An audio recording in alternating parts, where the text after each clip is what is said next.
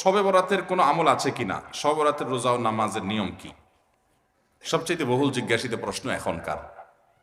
শবে বরাত আসছে, যেটাকে আসলে হাদিসের ভাষ্যে বলা হয়েছে মধ্য শাবানের রাত, শবে বরাত না, এটার হাদিসের ভাষ্যের নাম কি? মধ্য শাবানের রাত। এই মধ্য শাবানের রাত বা মধ্য শাবানের রজনী, এই রাতে যেটাকে আমরা শবে বরাত বলি, এই রাতের নামাজের নিয়ম কি? কয় রাকাত পড়তে হবে, কোন রাকাতে কোন সূরা কতবার পড়তে হবে, এটা বহুল জিজ্ঞাসিত একটা প্রশ্ন। এবং এ ব্যাপারে আমরা অনেকে জানি যে শবে বরাতের নামাজে এত রাকাত পড়তে হবে, সেখানে সূরা কুল হুয়াল্লাহ, ইখলাস এতবার পড়তে হবে, ইত্যাদি ইত্যাদি। লাইলাতুল কদর ছাড়া অন্য যে সমস্ত রাতের ফজিলত আছে, এর মধ্যে 10টা রাতের কথা আল্লাহ তাআলা শপথ করেছেন, ওয়াল ফাজরি ওয়া লায়ালিন আশর। সে 10টা রাত হলো জিলহজের প্রথম দশক। খবরও নেই আমাদের দেশে মানুষের, যে রাতগুলোর শপথ আল্লাহ কোরআনে করছেন, কত ফজিলতপূর্ণ, কিন্তু জিলহজের প্রথম দশকের রাতের কোনো বিশেষ ফজিলতের কথা আমরা কয়জনে জানি?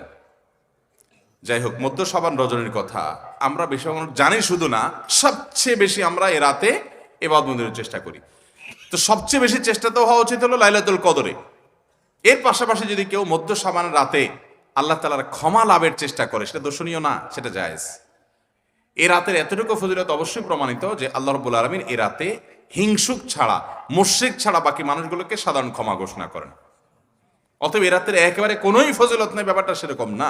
বিভিন্ন হাদিসের আলোকে এটুকু অন্তত সাব্যস্ত হয় যে আল্লাহ তাআলা হিংসুক এবং আপনার মুশরিক ছাড়া, মানুষের পিছিয়ে লাগে শত্রুতা, এই মানুষটা বাকি মানুষ থেকে মাফ করে। তাহলে মধ্য শাবানের রাত বা যেটাকে শবরাত বলছি আমরা, এই রাতের মূল আমলই হলো, এটাকে কেন্দ্র করে মূল আমলই হলো নিজেকে শিরক এবং হিংসা থেকে পরিচ্ছন্ন করা, সাধারণ ক্ষমার উপযুক্ত করা। এটা হলো মূল আমল, বাস। এর বাইরে আপনি ক্ষমা লাভের জন্য যদি চেষ্টা করেন, সেটা কোনো দর্শনীয় বিষয় নয়। তবে এই রাতকে কেন্দ্র করে বিশেষ ফরম্যাটে নামাজ, রাত জেগে, তারপর বিশেষ ফরম্যাটে ইবাদত, এই সূরা এতবার, এই নামাজ এত রাকাত, এরকম কোনো কথা কোরআন হাদিসে বর্ণিত হয়নি। এগুলো আমরা মনগড়া বানিয়ে নিয়েছি। এবং যদি এরকম কোনো ফরম্যাট আমরা ঠিক করে নিয়ে সেভাবে ইবাদত করাটাকে আমরা এ রাতের আমল, শরিয়া সিদ্ধ আমল মনে করি বা সুন্নাহ আমল মনে করি বা কোন নির্দিষ্ট আমল মনে করি, তাহলে বেদাতে পর্যবেসিত হবে। অতএব বাড়াবাড়ি এবং ছাড়াছাড়ি এই দুইটাই আমাদেরকে পরিহার করতে হবে। যতটুকু আছে ততটুকু আমরা আমল করব এবং এসে আমল অনুযায়ী আমরা চলার চেষ্টা করব। শবে বরাতে সবচেয়ে বেশি মানুষ মসজিদে কেন ভিড় জমায় বলেন তো? শবে কদর বেশি ফজিলতপূর্ণ না এই রাত? শবে কদর কোনো তুলনা আছে শবে কদরের সাথে কোনোটার? কিন্তু শবে কদরে কি এত মানুষ ইবাদত বন্দেগী করার চেষ্টা করে শবে বরাতে যত করে? কারণ কি? মিষ্টির জন্য বলে, খারাপ বলেন নাই। আমি ছোট থাকতে যখন মাদ্রাসায় পড়ি, লজিংয়ে ছিলাম এক বাড়িতে, আমার মনে আছে এক মসজিদে সারা রাত শবে বরাতে এরকম দোয়া দরুদ হয়েছে। এবার শেষে মিষ্টি বিতরণ হচ্ছে, জিলাপি দিত আর কি তখন। তো জিলাপি দেওয়া হচ্ছে, তো এক আল্লাহর বান্দা তার যে জিলাপি দিচ্ছে সবাই দুটো দুটো করে দিচ্ছে, ভুলে তার একটা পড়ছে আর কি। পরে সেই জিলাপিটি নিয়ে এসে বাইরে ওই মুয়াজ্জিন বেচারার 14 গোষ্ঠী গালিগালাজ করতে করতে বলতেছে যে সারা রাত বেটা সবচেয়ে বেশি কানলাম আমি, আর দিছে আমার একটা। আল্লাহর কাছে এই নসিব চাই এই একটা জিলাপি নিয়ে পাইলাম। সে কানতে কানতে মুয়াজ্জিনকে গালিগালাজ করতে করতে যাচ্ছে। আমার ছোটবেলার ঘটনা। যাই হোক, তো মিষ্টির জন্য যায় না, এটা পুরোপুরি সঠিক না। এত অভাব পড়ে না যে সারা রাত মানুষ মসজিদে পড়ে থাকবে একটু মিষ্টি একটা প্যাকেটের জন্য, আমার মনে হয় না। আমার যেটা মনে হয়, সবচেয়ে বেশি মানুষ এ রাতে ইবাদত বন্দেগীর চেষ্টা করে, কারণ মানুষ মনে করে এ রাতে ভাগ্য নির্ধারণ হয়। অতএব এক রাতে ইবাদত বন্দেগী করে যদি সারা বছরেরটা ফাইনাল করে ফেলতে পারি, মন্দ কি? এই হলো মূল কাহিনী। আল্লাহ তাআলা আমাদেরকে বিশুদ্ধ পদ্ধতিতে ইবাদত বন্দেগী করার তৌফিক দান করুন। তাহলে ভাইরা আমার, মধ্য শাবানের রজনীতে আমরা আল্লাহ তাআলার কাছে ক্ষমার উপযুক্ত হওয়ার জন্য, হিংসা শিরক থেকে মুক্ত হওয়ার চেষ্টা করব। ক্ষমা পাওয়ার জন্য প্রচেষ্টা আমাদের থাকবে। কিন্তু ওই যে বেদাতি পন্থায় বিশেষ ফর্মে ঠিক করে ইবাদত, নামাজ, হালুয়া রুটি খায় মানুষ। হালুয়া রুটি কেন খায়? কেন খায় হালুয়া রুটি ভাই?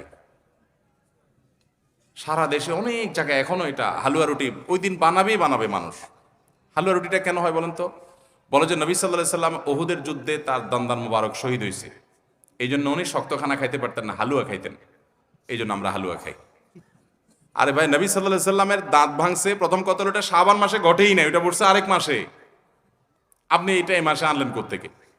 আচ্ছা, তারপরে যদি ধরে নেই এই মাসেই হয়েছে, তো ওনার দাঁত ভাঙছে কাদের আঘাতে? মুশরিকদের আঘাতে, তাই না?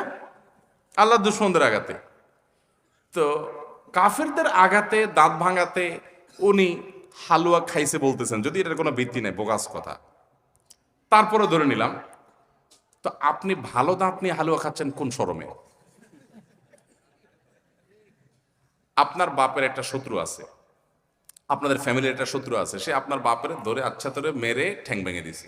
আপনার বাপ বেচারা ওই ভাঙা ঠ্যাং নিয়ে একটা লাঠি নিয়ে ভর করে করে খোড়ায় খোড়ায় উনি হাঁটেন, কারণ পা ভেঙে গেছে বেচারার। আপনি আপনার বাবার ওই যে শত্রু, যে আপনার বাপের পা ভাঙছে, ওই শত্রুর সাথে আপনার বিরাট দরম বরম দোস্তি, চা দোকানে আড্ডা ফাড্ডা মারেন, সব জায়গায় ঠিক আছে, কিন্তু বাড়িতে আইসা বাপের সামনে আপনি ভালো পাও নিয়া একটা লাঠি নিয়ে আপনি খোড়ায় খোড়ায় হাঁটেন।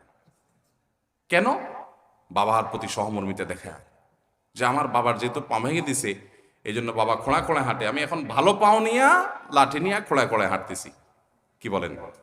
এই দৃশ্য যদি দেখে আপনার বাপে কি করবে? হাতের লাঠিটা দিয়ে বলবো আমার পাও যা যাক, তোর আগে কয়টা বাড়ি দিবে বেয়াদব, তুই আমার ব্যাঙ্গাইতে আসছস?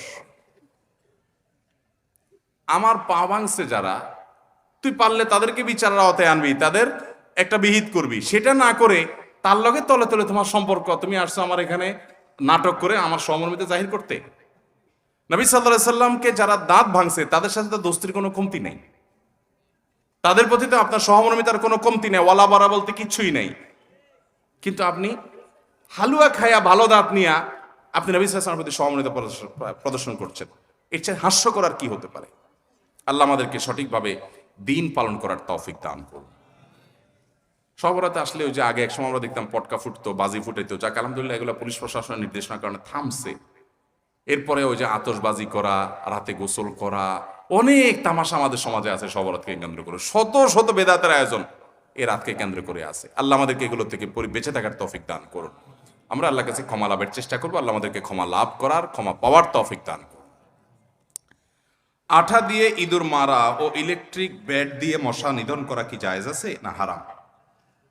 আঠা দিয়ে ইঁদুর মারার যে একটা সিস্টেম আছে আমাদের দেশে, এটা জায়েজ নাই, এটা কোন অবস্থাতে জায়েজ নাই। কারণ এটা খুবই মর্মান্তিক, এটা খুবই অমানবিক, এটা খুবই অমানবিক। কারণ আঠা দিয়ে ইঁদুর মারার এক দুইটা দৃশ্য আমি দেখেছি। এখানে যেটা হয়, ইঁদুর আঠার উপরে উঠে গেলে এরপরে দেখা যায় ওই অবস্থায় তার মৃত্যু হওয়ার আগ পর্যন্ত সে ওই আঠা থেকে তার নড়তে পারে না, ওই অবস্থা পড়ে থাকে। এবং যে ব্যক্তি ইঁদুর ধরার জন্য ফাঁদ আটছে আঠা দিয়ে, ওই ব্যক্তিও আর ওই ইঁদুরকে আঠা থেকে বের আলোক করতে পারে না। আলোক করতে গেলে চামড়া শরীর সব আলাদা হয়ে যায়, ছিঁড়ে যায় জীবন্ত। তো এতটা অমানবিক ভাবে তাকে হত্যা করার কোনো প্রয়োজন তো আপনার পড়ে নাই। আরো তো বহু পদ্ধতি আছে, তাকে আপনি হত্যা করেন, বিষ প্রয়োগ করে হত্যা করেন। যে প্রাণী আপনার উপদ্রব করে, আপনার কষ্ট দেয়, আপনি তাকে হত্যা করতে পারেন আপনার উপদ্রব থেকে বাঁচার জন্য, সেটা জায়েজ আপনার জন্য।